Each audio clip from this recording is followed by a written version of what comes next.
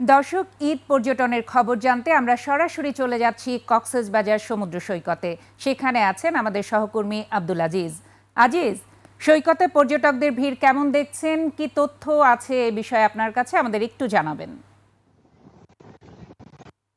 আপনি যেমনটা বলছিলেন, কক্সবাজারের এই যে পর্যটন নিয়ে, এই যে আজকের পর্যটন পর্যটকদের কথা যদি বলতে হয়, আজকে ঈদুল আজহার দ্বিতীয় দিন। আজকের এই দিনেও কক্সবাজারের আশানুরূপ পর্যটক নেই বলে বলছেন ব্যবসায়ীরা। আমি দেখছি কক্সবাজারের লাবণী পয়েন্ট, সুগন্ধা পয়েন্ট এবং কলাতলী পয়েন্ট থেকে শুরু করে সব জায়গায় ঘুরে দেখছি, ওইখানে তেমন আশানুরূপ অন্যান্য বছর যে পর্যটক ছিল, ঠিক এই বছর ঈদুল আজহার দিনে এরকম কোনো পর্যটক নেই।